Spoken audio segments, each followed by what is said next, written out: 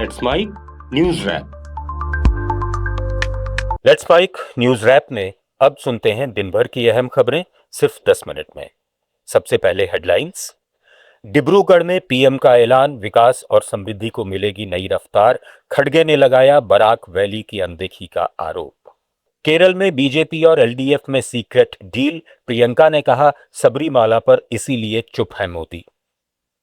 और दिल्ली शराब घोटाला केस में खुद पैरवी करेंगे केजरीवाल, अगली सुनवाई 13 अप्रैल को। अब खबरें विस्तार से। देश में चुनावी माहौल गरमाया हुआ है। पक्ष विपक्ष एक दूसरे पर आरोप प्रत्यारोप लगाते हुए जनता को रिझाने की कोशिश में लगे हुए हैं। कई बड़े बड़े वादे भी किए जा रहे हैं।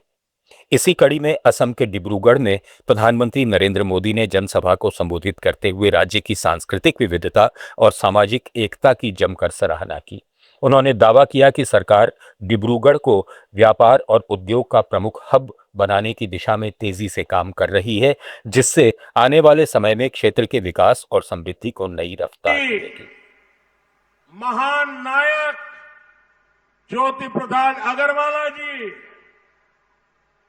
ऐसी अनेक महान संतानों ने असम के समाज को दिशा दी है।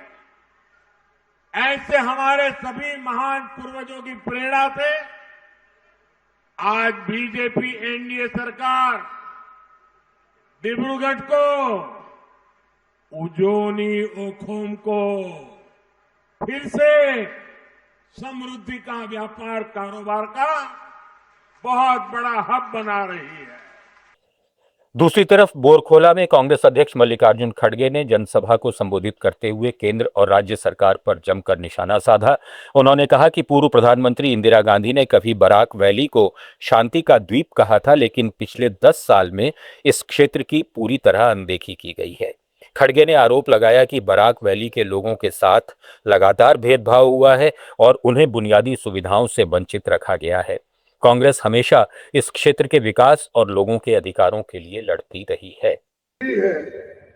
बराक घाटी के लोगों के साथ सौतेले व्यवहार हुए हैं, उन्हें नजरअंदाज किया गया है। सिलचर शहर की समस्या को सुलझाने के लिए सिलचर फ्लाईओवर अभी भी अधूरा है। तारापुर एलिवेटेड कॉरिडोर का काम भी अभी रुका हुआ है। ये सिर्फ देर से चल रहे प्रोजेक्ट नहीं है, ये आम लोगों के लिए रोजमर्रा के संघर्ष है। छात्र, मजदूर, मरीज इस नाकामी की वजह से हर कोई परेशान है। आसपास के इलाकों में हर साल बाढ़ एक ऐसी आफत बनकर आती है जो कभी खत्म नहीं होती। घर तबाह हो जाते हैं, फसलें बर्बाद हो जाते हैं, परिवार बदहाली में पड़ जाते हैं, फिर भी बीजेपी के पास कोई स्थायी समाधान। इधर केरल में चुनावी सरगर्मियों के बीच कांग्रेस सांसद प्रियंका गांधी वाड्रा कन्नूर पहुंची। उन्होंने कहा कि जैसे जैसे चुनाव नजदीक आ रहे हैं, एलडीएफ और बीजेपी के बीच एक सीक्रेट डील हुई है। प्रियंका गांधी ने सबरीमाला मंदिर में कथित तौर पर हुई बड़ी चोरियों का जिक्र करते हुए केंद्र सरकार पर भी सवाल उठाए। उन्होंने कहा कि इतने बड़े मुद्दे पर प्रधानमंत्री की तरफ से एक शब्द भी नहीं आया।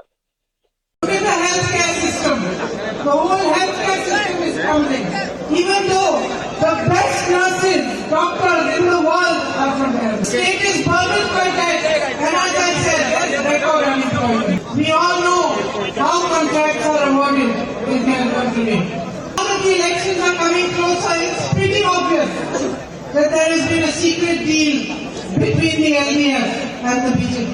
People are seeing massive theft in Sabrimala. But nothing, not one word from the Prime Minister. Not a single proper inquiry. All of us who oppose the Prime Minister and raise our voice against him have ED cases, income tax cases, CBI cases on us. But not a single one on the Chief Minister of Kerala. Puducherry में भी प्रचार जोरों पर है। यहां मन्नादीपेट विधानसभा क्षेत्र की जनसभा को संबोधित करते हुए केंद्रीय गृह मंत्री अमित शाह ने विपक्षी इंडिया गठबंधन पर निशाना साधा। उन्होंने कहा कि एक ओर एनडीए एकजुट होकर चुनाव लड़ रहा है, जबकि दूसरी ओर इंडिया गठबंधन के दल चुनाव से पहले ही आपस में उलझे हुए हैं। शाह ने दावा किया कि सीपीआई और सीपीएम पहले ही गठबंधन छोड़ चुके हैं, जबकि डीएमके और कांग्रेस कई सीटों पर एक दूसरे के खिलाफ मैदान में हैं। वहीं राहुल गांधी ने पुडुचेरी के लॉसपेट में जनसभा को संबोधित किया। उन्होंने युवाओं और महिलाओं के लिए कई बड़े वादे किए। उन्होंने कहा कि कांग्रेस गठबंधन बेरोजगार युवाओं को हर महीने 2,000 रुपए देगा, 30,000 नई नौकरियां पैदा करेगा, महिलाओं को फ्री बस सेवा मिलेगी और सरकारी नौकरियों की उम्र सीमा 40 साल तक बढ़ाई जाएगी। साथ ही उन्होंने हर परिवार को 20 लाख रुपए तक हेल्थ इंश्योरेंस देने का वादा भी किया। राहुल गांधी ने पुडुचेरी सरकार पर मंदिरों की जमीन कब्जाने, कमीशनखोरी और बिगड़ती कानून व्यवस्था के आरोप लगाए, जबकि नशे की बढ़ती समस्या को लेकर भी चिंता जताई। इससे पहले राहुल गांधी ने केरल के त्रिशूर में यूडीएफ उम्मीदवार पीटी अजय मोहन के समर्थन में जनसभा को संबोधित करते हुए कहा कि दिल्ली में प्रधानमंत्री नरेंद्र मोदी खुद को देश का अकेला नेता मानते हैं। केरल में मुख्यमंत्री पिनराई विजयन भी खुद को राज्य का एकमात्र नेता समझते हैं। दोनों नेताओं में अहंकार है और वे आपस में मिली भगत कर एक दूसरे को फायदा पहुंचा रहे हैं। अब रुख पश्चिम बंगाल का, जहां मुख्यमंत्री ममता बनर्जी ने नादिया में सवाल किया कि जब पाकिस्तान की ओर से कोलकाता पर हमले की धमकी दी जा रही है, तब प्रधानमंत्री इस गंभीर मुद्दे पर चुप क्यों हैं। उन्होंने आरोप लगाया कि चुनावी मंच से बंगाल को निशाना बनाया जाता है, लेकिन राष्ट्रीय सुरक्षा जैसे संवेदनशील मुद्दे पर कोई बयान नहीं दिया जाता। ममता ने कूच बिहार रैली का जिक्र करते हुए भी सवाल उठाया और कहा कि अगर केंद्र सरकार ऐसी धमकियों पर चुप रहती है तो ये चिंता की बात है। बंगाल की जनता किसी भी धमकी को बर्दाश्त नहीं करेगी। दिल्ली शराब घोटाला मामले में दिल्ली हाईकोर्ट में सुनवाई के दौरान पूर्व मुख्यमंत्री अरविंद केजरीवाल ने कोर्ट में खुद अपनी दलीलें पेश की। केजरीवाल ने जज स्वर्णकांता शर्मा से मामले से खुद को अलग करने यानी रिक्यूजल की मांग भी की। कोर्ट ने इस अर्जी को रिकॉर्ड पर लेते हुए इसकी सुनवाई 13 अप्रैल को तय की है। सुनवाई के दौरान सॉलिसिटर जनरल तुषार मेहता ने इस मांग का विरोध करते हुए इसे गंभीर मामला बताया और कोर्ट की मर्यादा बनाए रखने की बात कही। एडवोकेट ऋषिकेश कुमार ने कहा कि संविधान के मुताबिक कोई भी व्यक्ति बिना वकील के अदालत में अपनी दलीलें पेश कर सकता है। राजस्थान के पूर्व मुख्यमंत्री अशोक गहलोत ने अपनी सोशल मीडिया सीरीज इंतजार शास्त्र की 15वीं कड़ी में जोधपुर की ऐतिहासिक सुमेर लाइब्रेरी का मुद्दा उठाया है। उन्होंने कहा कि कांग्रेस सरकार ने इस लाइब्रेरी को हाईटेक ई लाइब्रेरी बनाने का सपना देखा था। 7 करोड़ 96 लाख रुपए की लागत से नया भवन पूरी तरह तैयार है, लेकिन भाजपा सरकार ने फर्नीचर और फिनिशिंग का बजट रोक दिया है। गहलोत ने इसे युवाओं के भविष्य पर ताला लगाने की कोशिश बताया और पूछा कि भाजपा को शिक्षा और ज्ञान से इतना परहेज क्यों है। भारतीय शेयर बाजार सोमवार को हरे निशान पर बंद हुआ। सेंसेक्स 787 अंक चढ़कर 74,107 पर और निफ्टी 255 अंक ऊपर 22,968 पर पहुंच गया। पश्चिम एशिया में युद्ध विराम की उम्मीदों से बाजार में हरियाली लौटी।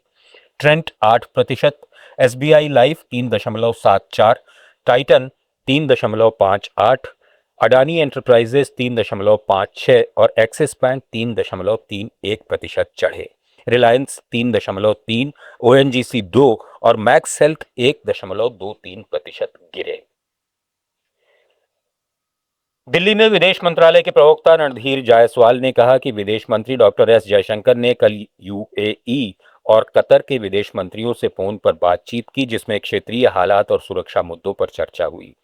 ईरान के विदेश मंत्री ने भी डॉक्टर जयशंकर से संपर्क किया और पश्चिम एशिया के मौजूदा संघर्ष को लेकर विचार विमर्श किया। भारत लगातार सभी पक्षों के साथ संवाद बनाए रखते हुए तनाव कम करने और क्षेत्र में शांति बहाल करने की दिशा में प्रयास कर रहा है।